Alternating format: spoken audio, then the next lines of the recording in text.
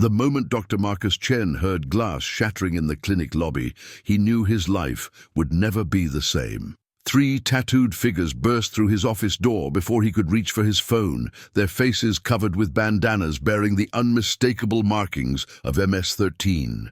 The leader pressed a cold pistol against Marcus's temple while his hands were still raised in surrender, and through gritted teeth demanded that Marcus save someone's life tonight. His receptionist's muffled crying echoed from the hallway as another gang member held her at gunpoint, her eyes wide with terror that Marcus felt mirrored in his own thundering heartbeat. This was supposed to be a quiet night of finishing paperwork, of going home to his empty apartment with leftover takeout, but violence had found him anyway. The leader's breath reeked of cigarettes and desperation as he growled that their boss was bleeding out in a warehouse across town, and Marcus had exactly 10 minutes to grab his medical supplies. Marcus's surgical training had prepared him for many emergencies, but nothing could have prepared him for being dragged into the darkness by men who viewed human life as currency. They shoved him into a black van with no windows, his medical bag clutched against his chest like a shield that offered no protection. Marcus counted every turn during the drive, a futile attempt to maintain some sense of control while his mind raced through worst-case scenarios. The youngest gang member sat across from him in the van's darkness, silent and watchful in a way that felt different from the other's aggressive posturing. Through the dim interior light, Marcus could see the teenager couldn't be older than 19, with eyes that held something beyond the hardened violence surrounding them. Those eyes reminded Marcus of someone, though his panicked mind couldn't place the connection through his fear. The van lurched to a stop after what felt like hours, but had probably been 20 minutes, and rough hands yanked him out into the humid night air. Before him stood a massive warehouse with broken windows like hollow eyes, watching his descent into a world where his Hippocratic oath might become his death sentence. The warehouse interior assaulted Marcus's senses with the metallic tang of blood and the acrid smell of rust, mixed with human desperation. Flickering overhead lights cast dancing shadows across makeshift furniture and weapons, leaning against concrete walls like skeletal sentries. In the center of this kingdom of violence lay a man on a wooden table, his expensive suit soaked crimson, his breathing shallow and irregular. Marcus's medical instincts overrode his fear as he approached, his trained eyes already assessing the gunshot wound in the leader's abdomen. The gang members formed a threatening semicircle around him, their tattooed hands resting on weapons, their faces demanding a miracle he wasn't certain he could deliver. But Marcus had sworn an oath once, in a bright hospital room that felt like another lifetime, to preserve life regardless of whose heart was failing. He unpacked his instruments with steady hands that betrayed none of the terror coursing through his veins like ice water. The young sicario from the van moved closer, positioning himself where he could observe every movement Marcus made with surgical precision. His presence felt different from the others, protective rather than threatening, curious rather than hostile in ways that made no tactical sense. Marcus called for more light and clean water, his voice carrying the authority of someone who had commanded operating rooms in better circumstances. The teenager responded immediately, bringing supplies before the others even moved, anticipating needs with an understanding that seemed impossible for someone in his position. Their eyes met briefly over the dying man's body, and Marcus saw intelligence there, education buried beneath layers of survival and violence. Something in the young man's facial structure, the way he held his shoulders despite the gang tattoos covering his arms, triggered a distant memory. Marcus pushed the thought aside and focused on the bullet lodged near the leader's liver, knowing that every second counted in this makeshift operating theater. The surgery lasted 3 hours that felt like 3 lifetimes, with Marcus working by flashlight and prayer in equal measure. His hands moved with practiced confidence, removing the bullet and repairing torn tissue while gang members watched like judges at an execution, The young Sicario handed him instruments before he asked for them, sutures and clamps appearing in his palm with uncanny timing.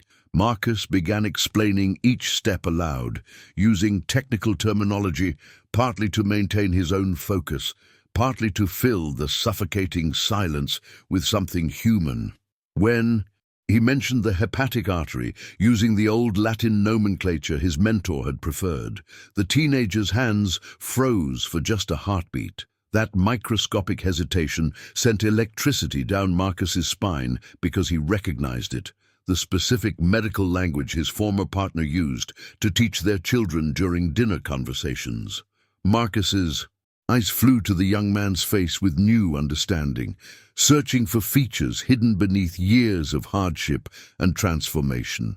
As Marcus sutured the final layer of tissue, his gaze fell on the teenager's left wrist during an exchange of instruments.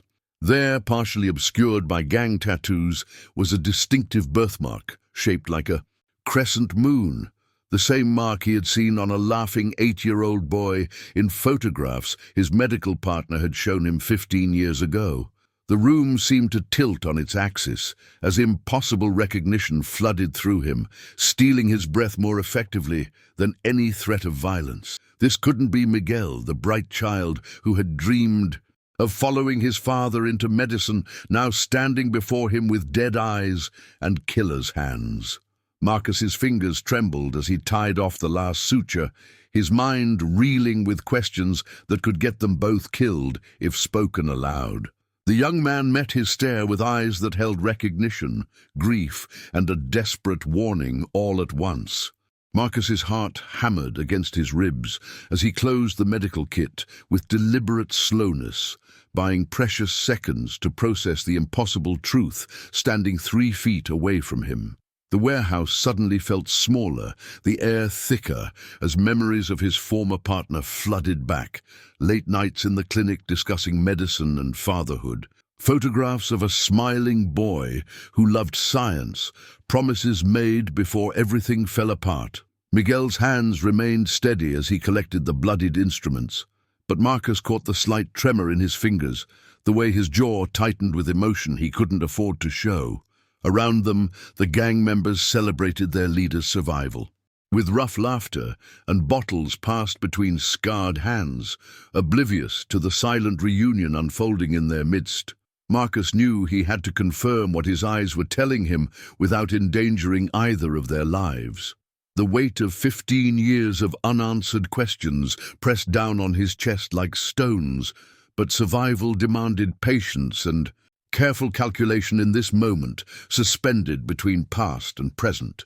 Marcus began organizing his remaining supplies, speaking in measured tones about post-operative care, while his mind raced through possibilities. He used the specific medical terminology his partner had invented, their private language mixing Latin roots with inside jokes that only someone trained by that brilliant, eccentric doctor would understand.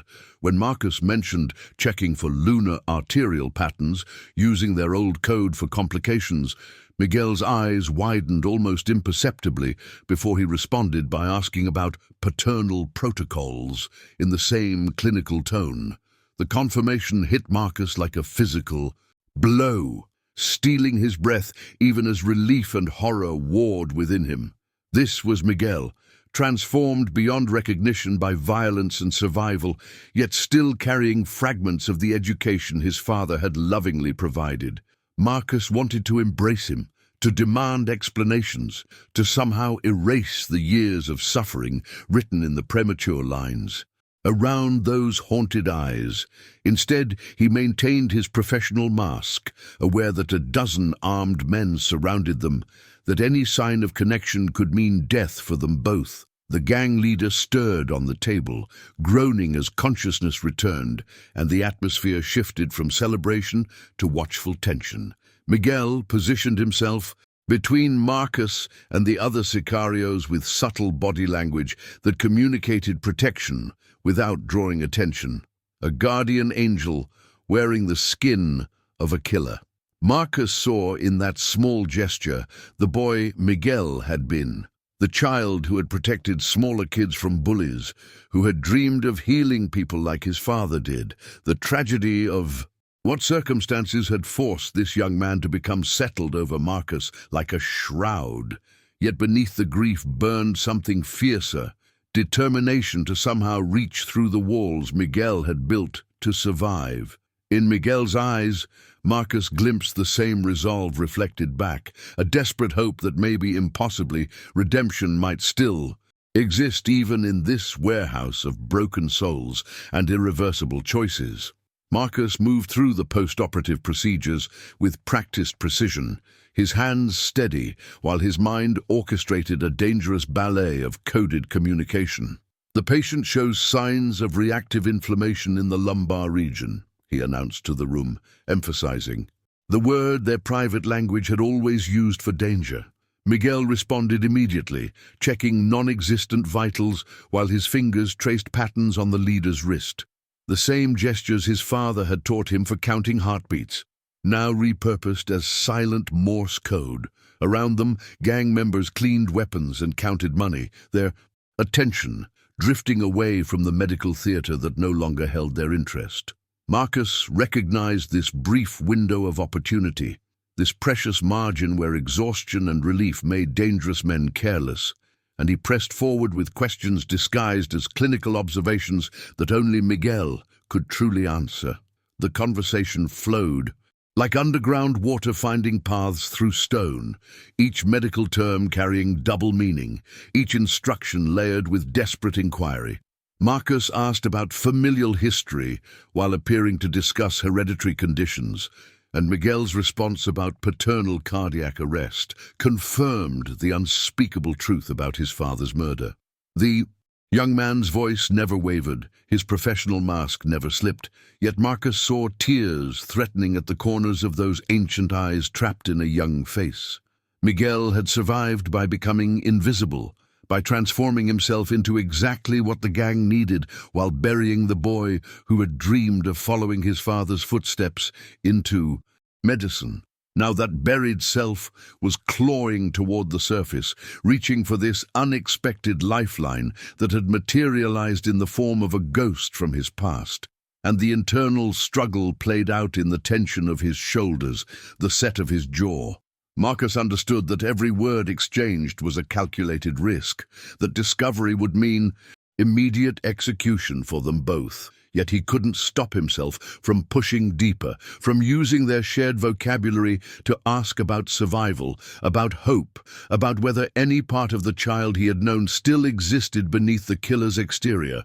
Miguel's answers came through the arrangement of surgical tools, through the specific way he folded blooded gauze, through glances that lasted microseconds but communicated volumes about endurance and silent suffering.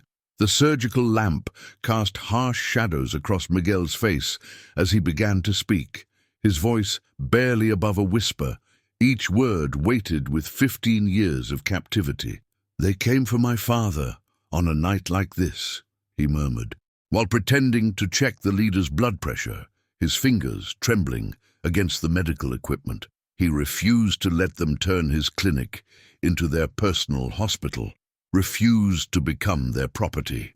Marcus felt his chest tighten as Miguel's story unfolded through fragments of coded language and stolen glances, a tale of a good man, destroyed for maintaining his dignity in the face of monsters. The young man's eyes held oceans of grief as he described watching his father's murder from a closet, then being taken by the same men who had killed him, transformed from victim to weapon. "They said I had valuable skills, that my father's medical knowledge made me useful," Miguel continued, his professional composure cracking like ice under pressure.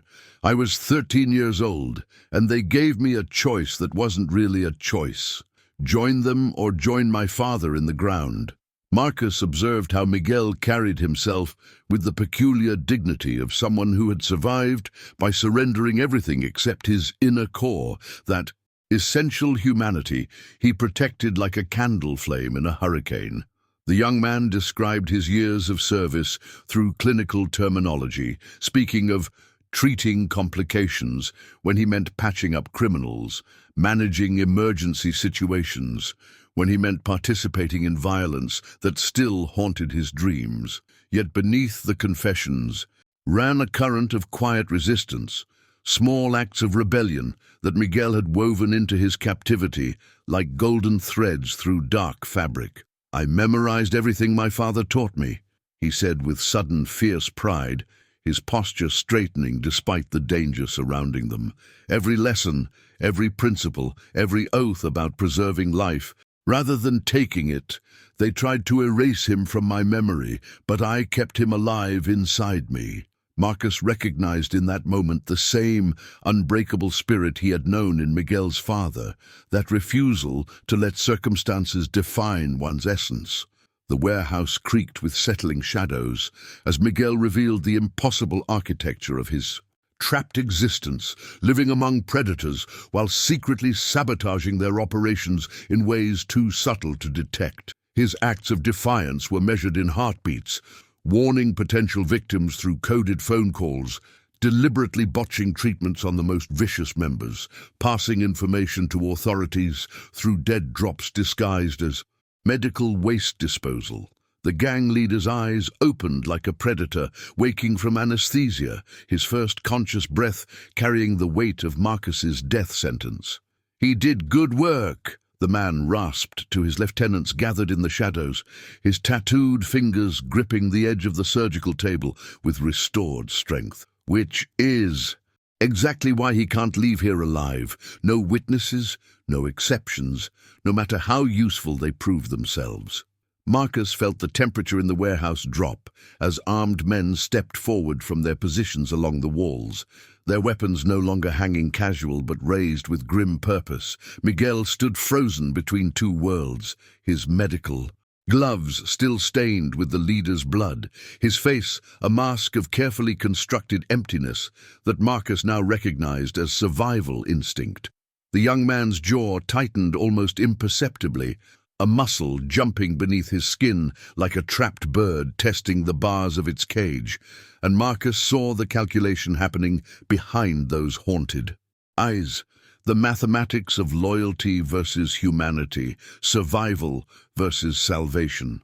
"Wait," Miguel said with sudden authority that surprised even himself, his voice cutting through the warehouse tension like a scalpel through flesh. "The doctor's work isn't finished. The leader needs monitoring for the next 6 hours, or infection could kill him faster than any bullet." His words carried the weight of medical expertise they couldn't dismiss, buying precious minutes while his mind raced through impossible scenarios, each ending in blood. Marcus watched recognition dawn in Miguel's expression. That moment when a person realizes they've already made their choice before consciously deciding. When the soul moves faster than thought, the young man's hands began preparing additional medical supplies with deliberate slowness, his movements a performance of professional diligence, masking frantic mental preparation. "I'll need the doctor's assistance through the critical period," Miguel continued, his tone brooking no argument despite having no authority to make demands. Around them, the gang members exchanged uncertain glances, their violence temporarily suspended by the specter of losing their leader to complications they couldn't understand. Marcus saw Miguel's fingers brush against a surgical blade with intention rather than accident, watched him catalogue exit routes and weapon locations with eyes that had learned to observe everything while appearing to see nothing. The warehouse became a pressure chamber of suspended violence, every second stretching into eternities, as Miguel orchestrated an elaborate medical theater. He spoke in continuous streams of technical jargon, describing phantom complications, and invented risks with enough conviction to make even hardened criminals hesitate before their execution orders. Marcus played along with instinctive understanding, adding his own professional observations while watching Miguel's hands move through a complex dance of preparation and positioning. The young man was transforming before his eyes, shedding the passive victim skin to reveal something harder underneath. Not a monster like his captors, but a survivor who had finally found something worth risking everything to protect. "Check the perimeter," Miguel suddenly ordered a nearby Sicario with borrowed authority, his voice carrying echoes of command he'd absorbed through years of observation. "Any complications in the next hour, and we'll need emergency supplies from the clinic. I need to know our routes are clear."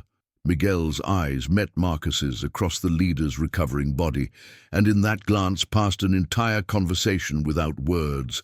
Apology and determination, fear and resolve, goodbye and beginning. The young man's hand moved to the light switch with casual innocence, his posture relaxed despite the tension coiling through his muscles like steel cable. Marcus saw Miguel's fingers counting down against his thigh, in the medical rhythm they both understood, that universal language of physicians, preparing for critical intervention. "When the lights go," Miguel breathed so quietly. The words were almost imagination. "Run for the east wall and don't look back. There's a tunnel behind the supply crates." The warehouse held its breath as Miguel's countdown reached 0, his other hand gripping the surgical blade with white-knuckle intensity, his face set with the terrible peace of someone who had finally chosen their own path. After years of walking roads carved by others, the warehouse exploded into chaos as Miguel slammed his palm against the electrical panel, plunging the space into suffocating darkness, broken only by emergency exit signs glowing like distant stars. In the same fluid motion, he grabbed the nearest Sicario by the collar and shoved him violently backward, his voice erupting with manufactured rage about disrespect and territory that transformed him into something unrecognizable. Marcus heard the collision of bodies, the sharp crack of a fist meeting bone, and Miguel's furious Spanish curses filling the void where light had been, creating a symphony of controlled pandemonium.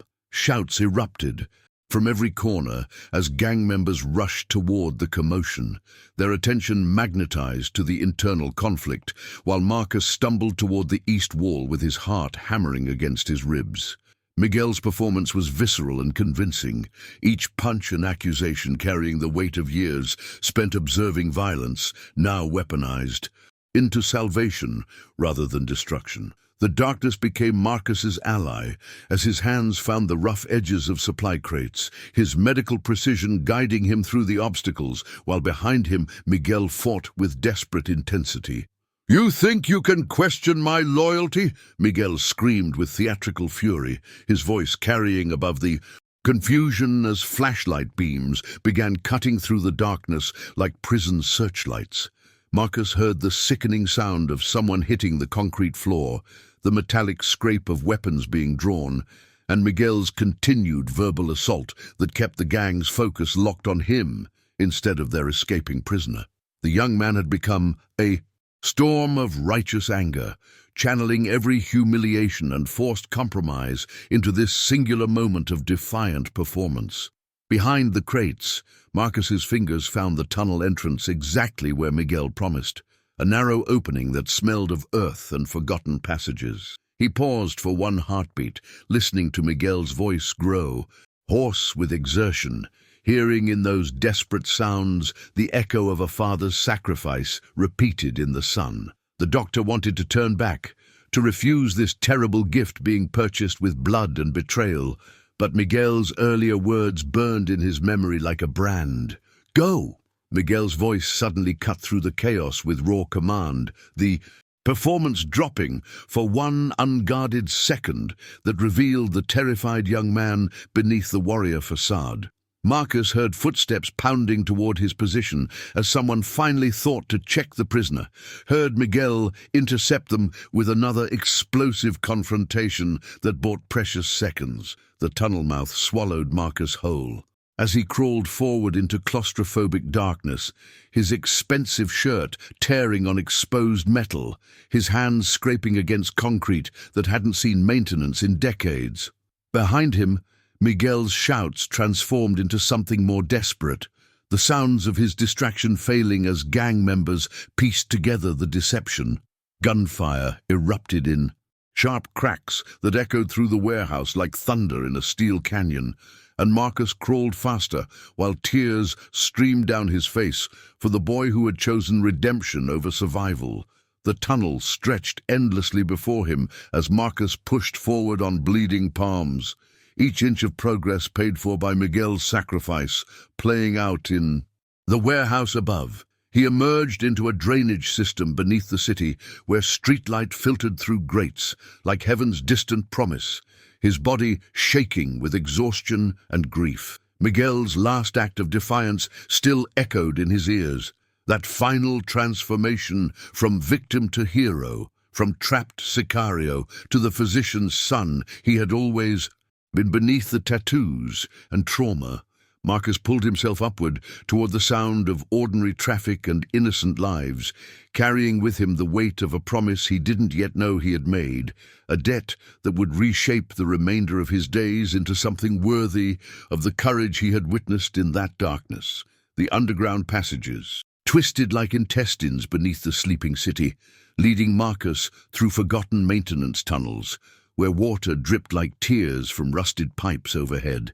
Miguel moved beside him with the fluid certainty of someone who had mapped every escape route long before tonight, his breathing controlled despite the chaos they had left burning behind them.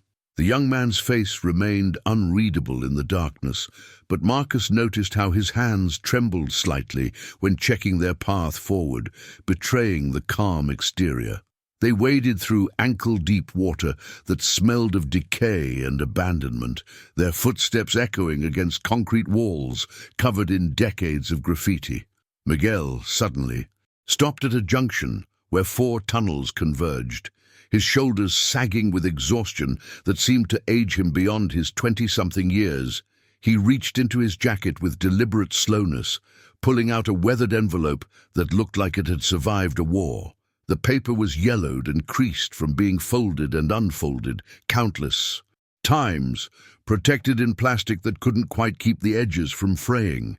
"My father wrote this 3 days before they killed him," Miguel said quietly, his voice stripped of the hardness that survival had required above ground. He held the letter like it was made of glass, something precious that might shatter under too much pressure or truth. Marcus's hands shook as he accepted it, recognizing immediately the careful handwriting of his former partner, the man who had been like a brother.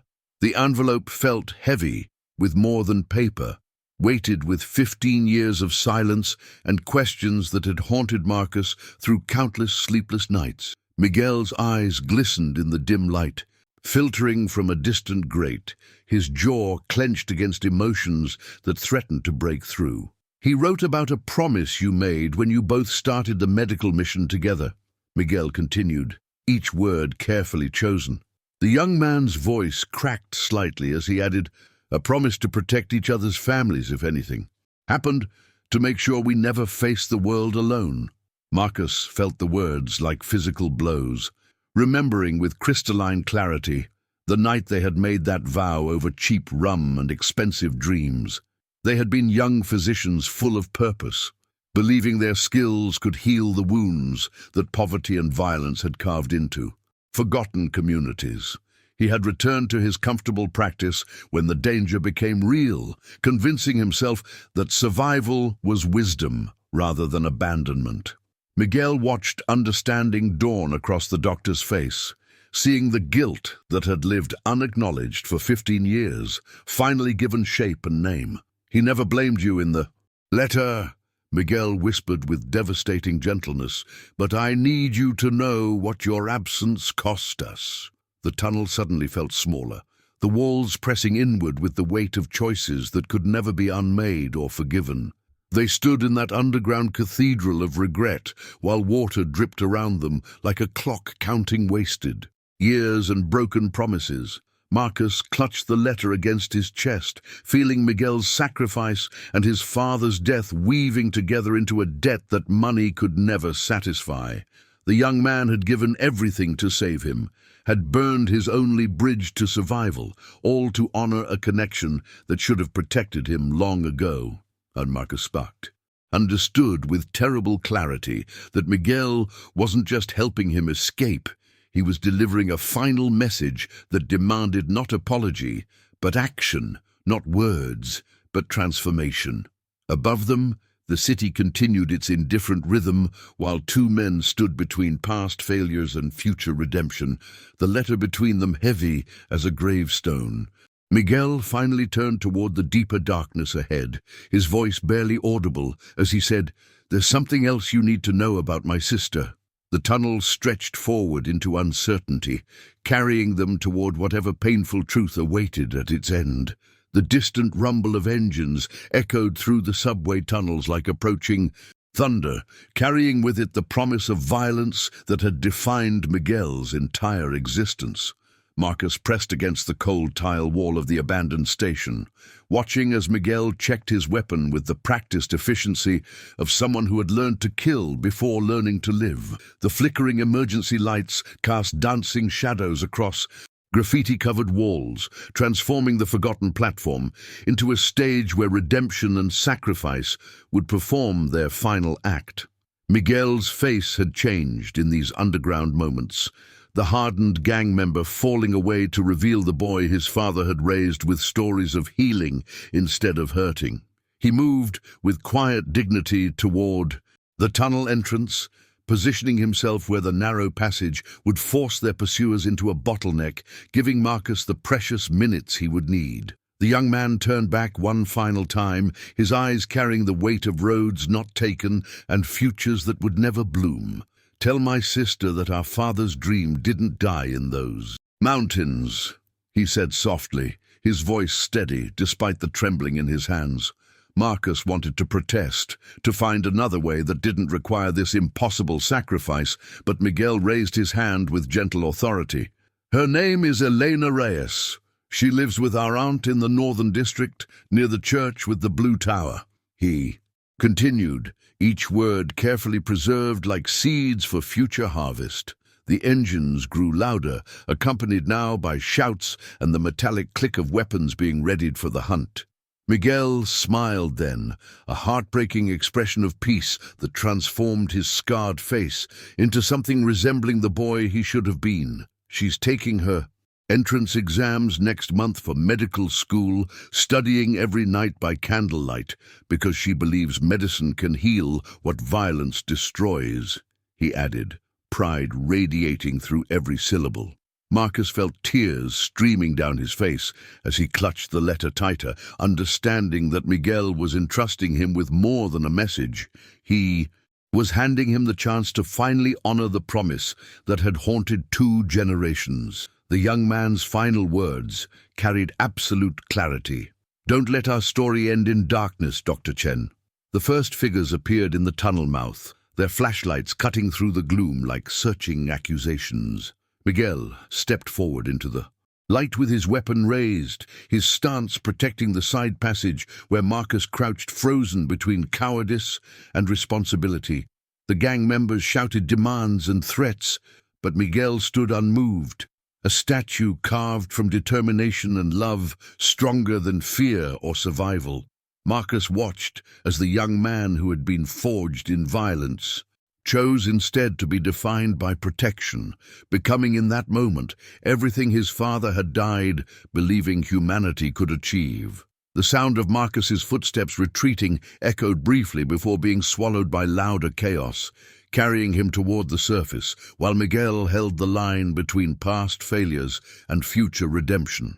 Behind him, the underground erupted with noise that Marcus would hear in his dreams for the rest of his life, the sound of one man choosing to matter in a world that had tried to convince him he was disposable. Marcus emerged into the pre-dawn streets gasping and weeping, the letter pressed against his heart like a sacred text. The city was beginning to wake, innocent of the sacrifice occurring in the forgotten spaces beneath its foundations, where Miguel fought to give meaning to suffering that had consumed his entire existence. Marcus stumbled forward with new purpose burning through his grief, knowing that Elena waited unknowing in the northern district, studying by candlelight with dreams built on the foundation of men who had believed healing was stronger than harm. He would find her, he would deliver the letter, and he would spend whatever years remained transforming his comfortable cowardice into something worthy of the price Miguel had paid. The sunrise broke across the skyline with indifferent beauty as Marcus disappeared into the waking city, carrying with him the ghost of promises finally kept and the seeds of redemption purchased with blood and grace.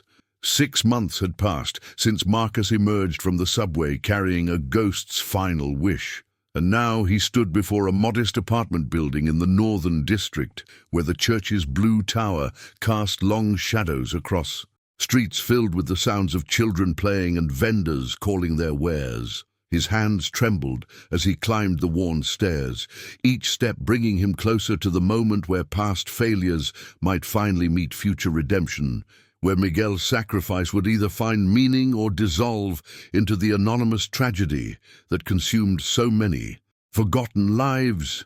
The letter in his pocket felt heavier than when he had first received it, weighted now with 6 months of planning and transformation, of liquidating his comfortable practice to build something worthy of the blood that had purchased this second chance.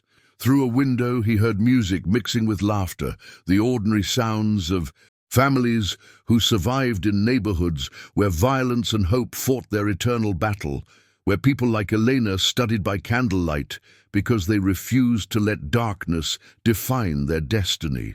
Elena answered the door with textbooks balanced in her arms, her face carrying the same determined intelligence that Marcus remembered in her father's.